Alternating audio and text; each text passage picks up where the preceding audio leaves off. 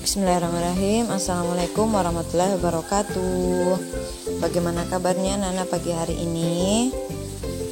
Mudah-mudahan semuanya dalam keadaan sehat ya.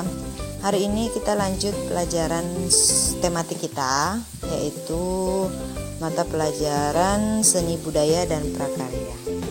Di pertemuan sebelumnya kita sudah membahas tentang tangga nada. Nah, untuk kali ini kita akan masuk ke pola lantai. Jadi ini berkaitan dengan tari-tarian ya.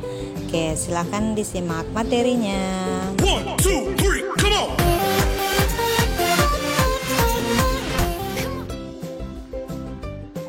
Bismillahirrahmanirrahim. Kita lanjutkan lagi materi SPDP kita.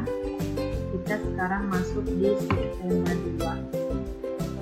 Subtema 2 ini membahas tentang pola lantai dalam tari daerah.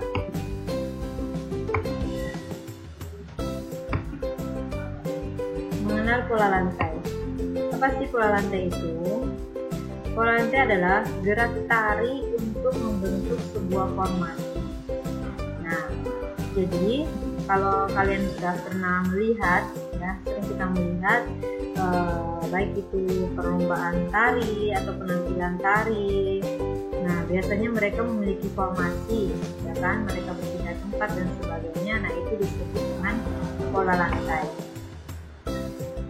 Pola lantai berguna agar tarian terlihat lebih indah dan bervariasi.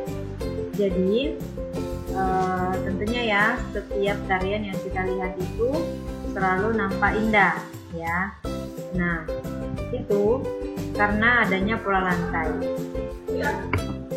Jika orang hanya menari terus diam di tempat itu kurang menarik ya. Tapi kalau tarian tersebut memiliki pola-polanya, maka itu akan menjadi lebih indah untuk ditonton. Selanjutnya adalah jenis-jenis pola lantai. Nah, di sini ada beberapa jenis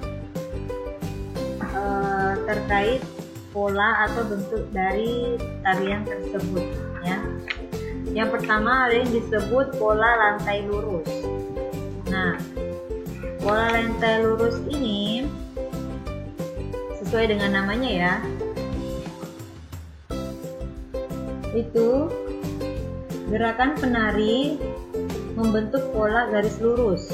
Bentuk garis lurus ada bermacam-macam bentuk, seperti garis lurus ke belakang, kemudian lurus ke depan, ke samping, berbentuk segitiga, segi empat, zigzag, dan juga diagonal. Nah, di sini ada contohnya.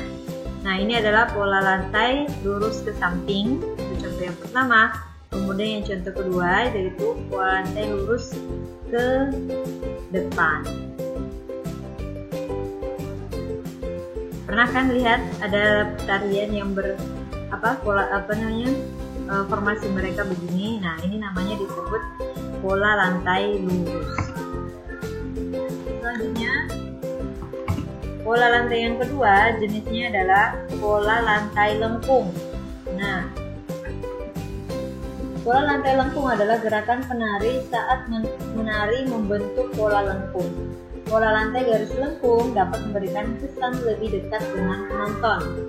Macam-macam pola lantai lengkung, misalnya pola lingkaran, setengah lingkaran, dan angka 8. Nah, di sini ada contoh gambar polanya ya. Nah, yang pertama ini pola lantai setengah lingkaran. Nah ya, kita lihat di atas panggung penari membentuk pola seperti ini. Itu namanya setengah lingkaran. Kemudian ada juga yang bentuk seperti ini. Berarti ini adalah pola lantai lingkaran. Kemudian lanjut ke pola lantai tari daerah Nusantara. Untuk tari daerah Nusantara berarti yang ciri khas Indonesia gitu ya, tari-tari dari Indonesia, yaitu negara kita. Di sini ada beberapa jenis. Ada 3 pola lantainya. Yang pertama disebut tari tunggal. Tari tunggal adalah tari yang dilakukan oleh satu penari tari tunggal cenderung memiliki pola lantai bebas. Penari menggunakan gerak di tempat dan gerak berpindah tempat. Nah, gerak berpindah tempat ini juga bervariasi, ya, dari gerak maju, mundur, atau berputar. Kemudian, untuk tari tunggal biasanya menggunakan pola lantai lurus. Contoh tari tunggal adalah ada tari bedaya, tari jaipong, tari wiranata, dan tari serenti. Nah, nanti kalian bisa cari tari-tari yang bagaimana ini contohnya. Nah, bisa kalian cari di YouTube contoh-contoh tari seperti itu. Nah, untuk tari-tari ini, contoh ini, mereka biasanya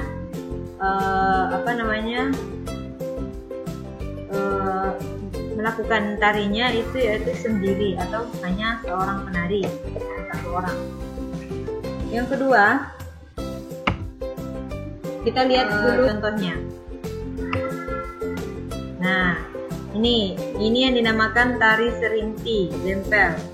Gerak ke samping pada pola lantai tari serinti dempel. Jadi mereka untuk tari serinti ini lebih menggunakan pola lantai ke samping. Kemudian yang kedua ada namanya tari panyembrama. Nah, polanya dia sendiri juga ya, gerak mundur pada pola lantai panyembrama.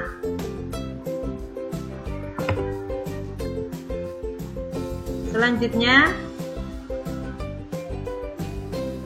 yang kedua, jenis pola lantai tari daerah Nusantara ya, ada yang disebut tari berpasangan. Nah, sesuai namanya nih ya, tari yang dilakukan oleh dua orang penari dan memiliki pola lantai yang berbeda dengan tari tunggal. Ya, jadi seperti namanya tari berpasangan otomatis dilakukan oleh dua orang. Hal ini disebabkan gerak tari ini harus disesuaikan dengan besarnya ruangan, ya. Jadi harus diseimbangkan karena dilakukan oleh dua orang, maka harus memperhatikan besar ruangan yang digunakan untuk melakukan tari. Selain itu, perlu diperhatikan juga kekompakan para penarinya. Jadi, karena dua orang, jadi harus terlihat kompak supaya tampak indah ketika ditonton oleh para penonton. Contohnya ada tari payung, tari cokek, dan serampang 12.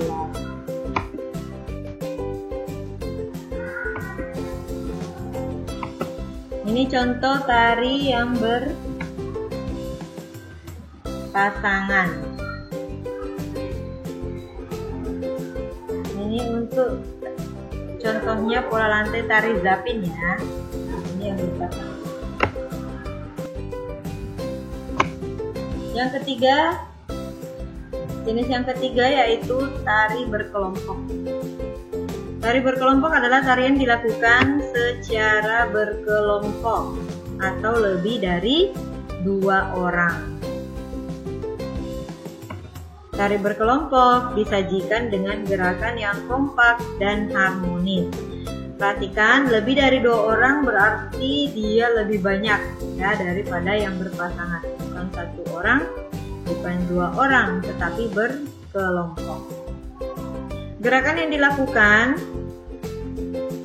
gerak tari berkelompok membutuhkan ruang yang luas ya, karena jumlah orangnya yang banyak, maka membutuhkan ruang yang luas. Gerak yang dilakukan meliputi gerak melompat, berputar, berlari, dan berselang-seling.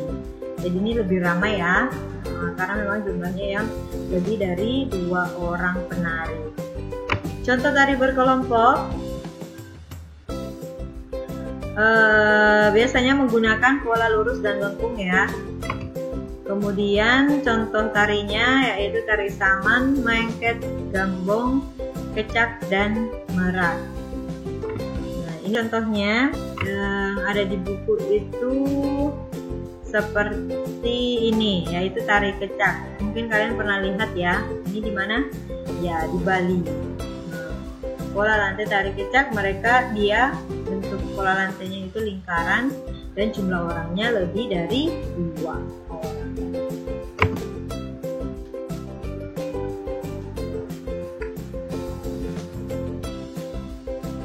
Nah, selanjutnya kita akan lihat contoh-contoh praktek dalam pola lantai tari. Nah, di sini ada banyak ya. Ini contoh gerakannya saja. Yang pertama, posisi awal. Uraian geraknya, tangan kanan memegang payung, tangan kiri ke pinggang. Nah, ini contohnya ya. Pola lantai geraknya yaitu lurus. Gerakan yang pertama, payung diayun ke kiri, kaki kanan melangkah ke depan. Hitungan 1 sampai 4. Nah, ini contoh posisinya. Kemudian yang ketiga, gerakan kedua yang digunakan adalah payung diayun ke kanan, kaki kiri menutup kaki kanan, melangkah mundur. Hitungan 5 sampai 8. Nah, nanti kalian bisa praktekkan sendiri ya di rumah untuk mengetahui gerakan-gerakan. Selanjutnya, posisi awal. Kembali ke posisi awal lagi ya. Tangan kiri memegang payung, tangan kanan di pinggang. Nah, ini kebalikannya yang tadi. Kemudian gerakan ketiga, payung diayun ke kiri, kaki melangkah maju membuat seperempat lingkaran, hitungan 1 sampai 4. Kemudian kembali lagi ke posisi awal, payung diletakkan di lantai, tangan direntangkan ke samping, seperti gambar ya. Dan gerakan keempat, tangan diayun ke bawah, kaki kiri melangkah maju, membuat seperempat lingkaran, hitungan 1 sampai 4. Kemudian posisi awal lagi, kembali posisi awal lagi, tangan kiri kembali ke pinggang, tangan kanan mengambil payung. Gerakan kelima, payung diayun ke kiri, kaki kanan melangkah ke depan, hitungan 1 sampai 4. Kemudian gerakan terakhir atau keenam, berjalan keluar panggung. Nah, itu contoh aja ya, contoh yang bisa kalian praktekkan masing-masing. Kalau untuk lebih jelasnya, kalian juga bisa cari di YouTube. Biasanya banyak ya contoh-contoh tarian yang menggunakan pola-pola lantai seperti contoh tadi. Rangkuman yang bisa kita ambil dari pelajaran pola lantai adalah: yang pertama, pola lantai adalah komposisi atau susunan letak penari di panggung.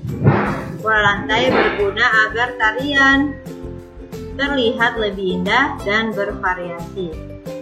Yang kedua, pola lantai lurus membentuk pola garis lurus pada lantai. Bentuknya seperti garis lurus ke depan, ke belakang, segitiga, segi empat, zigzag, dan diagonal. Yang ketiga, pola lantai lengkung adalah gerakan penari saat menari membentuk pola lengkung. Sesuai namanya ya.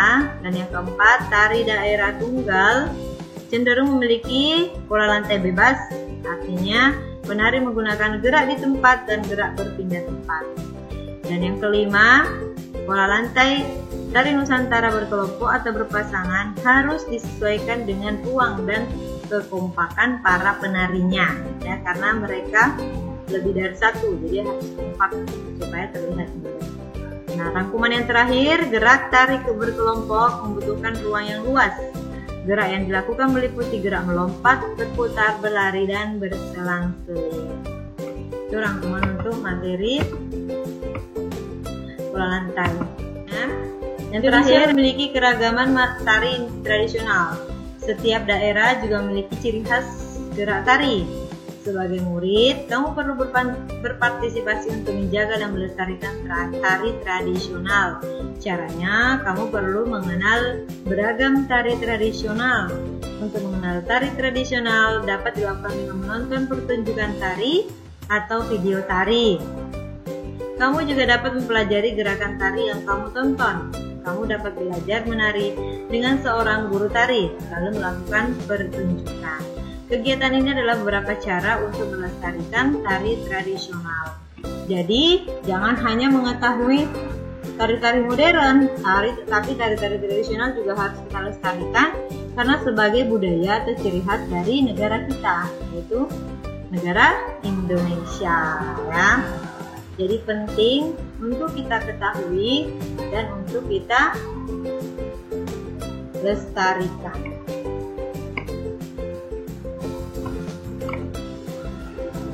Oke, cukup. Terima kasih, mudah-mudahan bisa dipahami. Wassalamualaikum warahmatullahi wabarakatuh.